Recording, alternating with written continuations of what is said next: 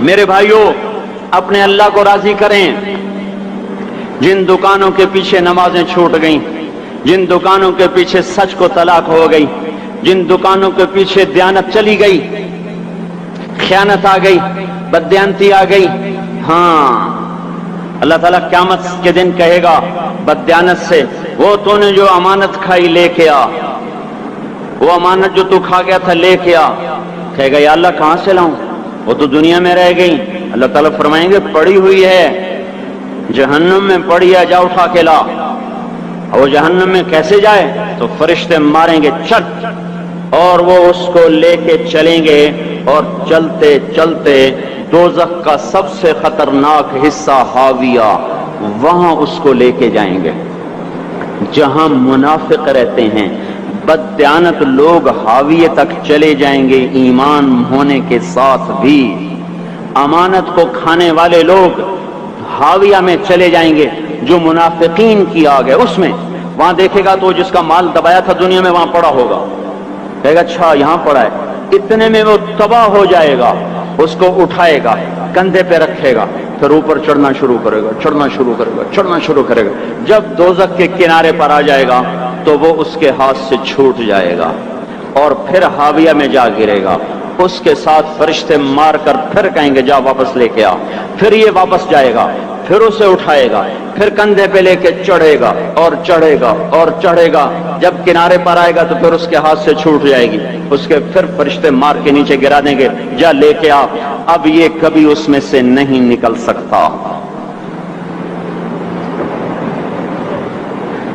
اس کمانے سے توبہ کریں، یہ کمانا جہنم میں لے جائے گا۔ اور ادھر دوسری سنو، سَيَعْلَمُونَ الْيَوْمَ مَنْ أَصْحَابُ الْكِرَامِ، ایک فرشتہ اعلان کرے گا آج پتہ چلے گا عزت والے کون ہیں، آج پتہ چلے گا عزت والے کون ہیں۔ أَيْنَ الَّذِينَ تَتَجَافَى جُنُوبُهُمْ عَنِ الْمَضَاجِعِ، کہاں ہیں راتوں کو اٹھ کے نمازیں پڑھنے والے؟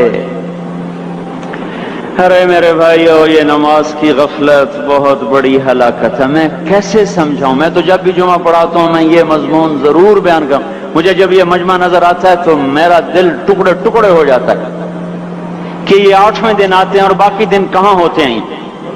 یہ کیوں نہیں سمجھتے؟ ان کے آنکھ کیا ہو گیا؟ ان کے کانوں میں ڈاٹ لگ گیا، یا دل کے اوپر کوئی پردہ آ گیا، یا میں کوئی عربی میں بات کرتا ہوں جو سمجھ میں نہیں آتی، یا میں کوئی ان سے چندے کا مطالبہ کر رہا ہوں، یا کوئی اپنی ذات کے لیے سوال کر رہا ہوں، یا اپنی شخصیت کی دعوت دے رہا ہوں۔ آج نماز عزت دلائے گی، سب سے پہلا اعلان ہوگا، کہاں آج پتہ چلے گا عزت والے کون ہیں، کہاں ہیں راتوں کو اٹھ کے نماز پڑھنے والے اور اللہ کے نام پہ خرچ کرنے والے۔ صرف نماز نہیں، زکوٰۃ بھی دینی پڑے گی۔ پیسہ ہے زکوٰۃ نہیں دے رہے، پیسہ ہے اللہ کے نام پہ خرچ نہیں کر رہے۔ بھائیو، اللہ کے نام پہ خرچ کرنا سیکھیں، اللہ کے واسطے اپنے آپ کو سادگی پہ لائیں اور اللہ کے نام پہ لٹانا سیکھیں۔ اللہ آپ کی نسلوں کو واپس کرے گا، صرف آپ کو نہیں، آپ کی نسلوں کو واپس کرے گا۔ آپ اللہ کو قرضہ دے رہے ہیں، کسی ایسے ایرے غیرے کو قرضہ نہیں دے رہے۔ یہاں مسجدیں والے چندے مانگ رہے، بھائی مسجد کو چندہ دو، مدرسوں والے چندے مانگ رہے، مدرسوں کو چندے دو۔ یہ تو مسلمان کی غیرت کے خلاف ہے کہ اللہ کے گھر میں مسجد کے لیے چندہ مانگا جائے، اور کہیں صندوقچیاں پھرا رہے، کہیں وہ جھولیاں۔ ایسی مجھے شرم آتی ہے، یہ کرنے والوں پر بھی میں کیا کہوں، ان کی عقلوں پہ بھی پردہ ہے کہ اللہ کے گھر میں مخلوق کے سامنے جھولی پھیلاتے ہیں، اور پھر ان مسلمانوں کی آنکھوں پر بھی پردہ ہے کہ ان کو غیرت نہیں آتی کہ مسجد کے لیے جھولی پھیلائی جا رہی ہو، اور یہ گھروں میں اچھا خاصا کھاتے پیتے ہوں اور مسجد کے لیے جھولی پھیلائی جائے اور مسجد کے لیے صندوق رکھے جائیں، اور ہر نماز کے بعد مدرسے کے لیے لوگ چندہ مانگ رہے ہوں۔ یہ ایمانی اور غیرت کے خلاف، مسلمان کی سخاوت کے خلاف ہے کہ اس طرح مسجد کے لیے جھولیاں پھریں اور مسجد کے لیے صندوق پھریں۔ ہم تو اللہ کے نام پہ بے دھڑک لگائیں، اقیموا الصلاۃ وآتوا الزکاۃ، اقیموا الصلاۃ وآتوا الزکاۃ 67 دفعہ یہ حکم چلا ہے، اور ہر دفعہ زکوٰۃ کے ساتھ نماز، نماز، زکوٰۃ، زکوٰۃ، نماز، نماز، زکوٰۃ، زکوٰۃ، نماز۔ نماز پڑھنے والے زیادہ ہیں نسبتاً زکوٰۃ دینے والوں سے، زکوٰۃ دینے والے تھوڑے ہیں، پیسہ جاتے ہوئے جان جاتی۔ ہمیں نہ دو، اپنے غریب رشتہ داروں کو تلاش کر کے دیں، اپنے غریب رشتہ داروں کو، اپنے غریب پڑوسیوں کو۔ آج جو صحیح دیانتدار تنخواہ دار ہے وہ بھی مستحق زکوٰۃ ہے اگر وہ دیانتدار ہے تو۔ اگر رشوت نہیں لیتا تو آج کا ایس پی بھی مستحق زکوٰۃ ہے۔ میرا دوست ایس پی کہنے لگا میں زکوٰۃ کا مستحق ہوں، حالانکہ میں ملتان کا ایس پی ہوں، کہ 15 دن میرے گھر میں کبھی سالن پکتا ہے کبھی نہیں پکتا۔ اپنے اوپر صرف خرچ کرنا۔ بچے کو کھلونے کی خواہش تھی، 1000 روپے کے کھلونے لے کے دے دیے، کیا ظلم ہے یہ؟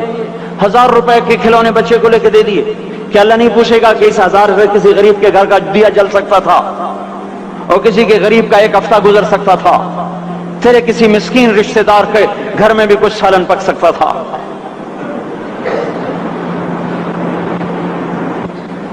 رزق دیا تو اس کا ہوش نہیں کہ اس کا حق ادا کریں، جان دی تو اس کا ہوش نہیں کہ اس کا حق ادا کریں۔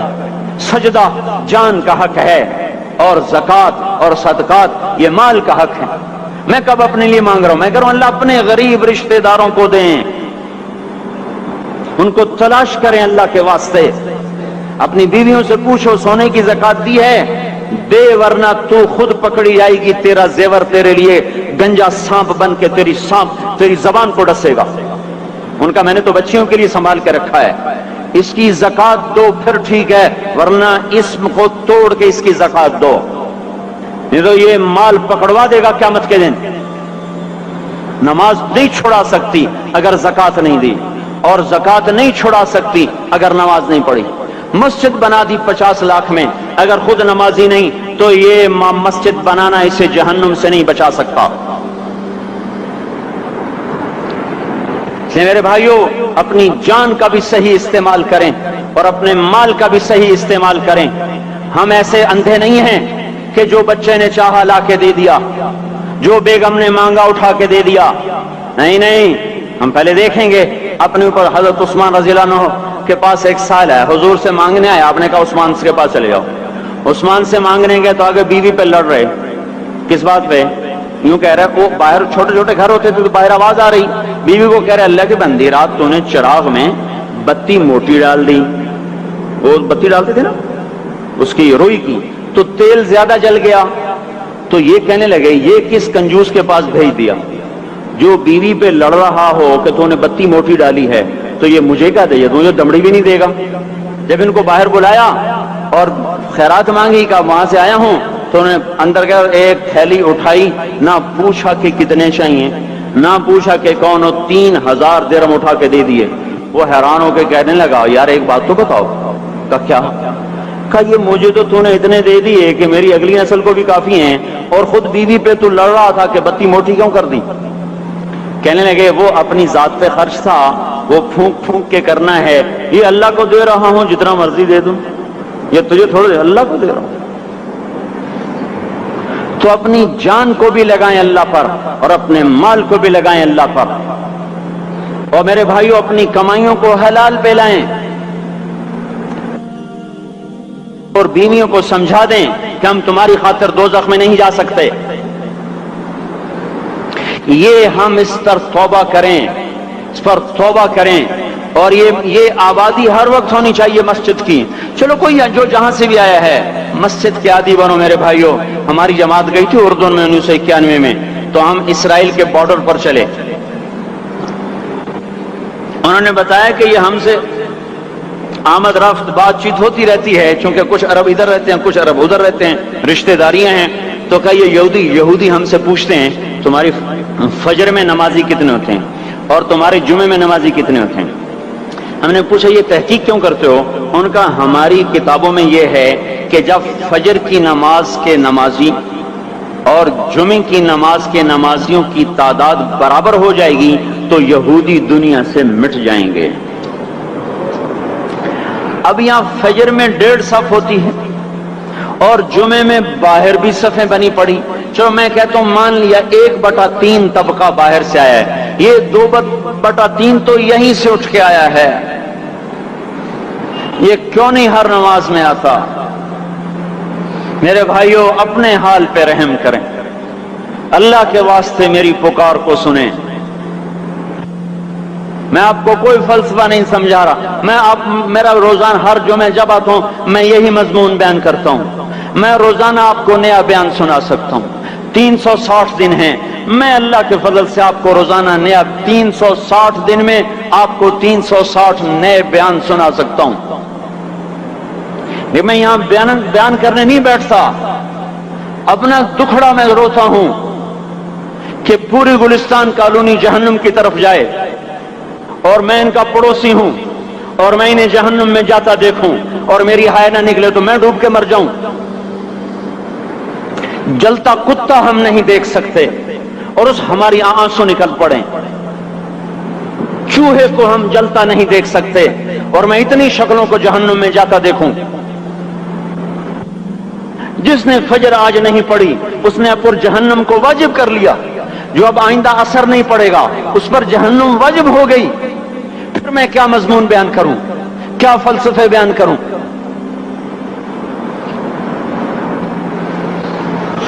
اس لیے میرے بھائیوں اپنی ذات پہ رحم کریں، اپنے بچوں پہ رحم کریں، اپنے گھر والوں پہ رحم کریں، مسجد کی دوڑ لگائیں، اپنے مال کو اللہ کے نام پہ خرچ فرمائیں تاکہ یہاں بھی جہان بنے اور وہ بھی جہان بنے۔ کیا زندگی ہے، چلتے چلتے سانس نکل جاتا ہے پھر یوں مٹ جاتے ہیں جیسے دنیا میں کبھی آئے نہ تھے۔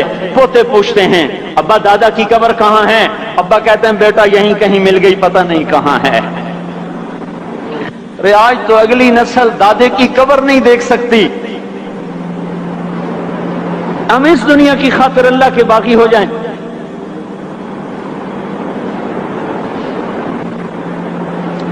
اس بے وفا جہان کی خاطر اللہ سے بغاوت کر جائیں جو ایسا مہربان، جو ایسا کریم۔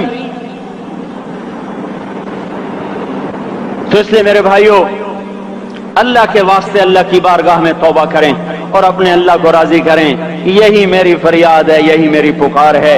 میں بھی توبہ کرتا ہوں، آپ بھی اللہ کی بارگاہ میں توبہ کریں کہ کوئی کام اللہ کی منشا کے خلاف نہ ہوگا۔ اس کو سیکھنے کے لیے ہم کہتے ہیں تبلیغ میں جاؤ، چلہ لگاؤ۔ ہم کوئی کسی تبلیغی جماعت کا ممبر نہیں بنا رہے، ہم خود تبلیغ میں جاتے ہیں، اوروں کو کہتے ہیں نکلو کہ ہماری توبہ پکی ہو، ہمارے اعمال درست ہوں اور اللہ ہم سے راضی ہو۔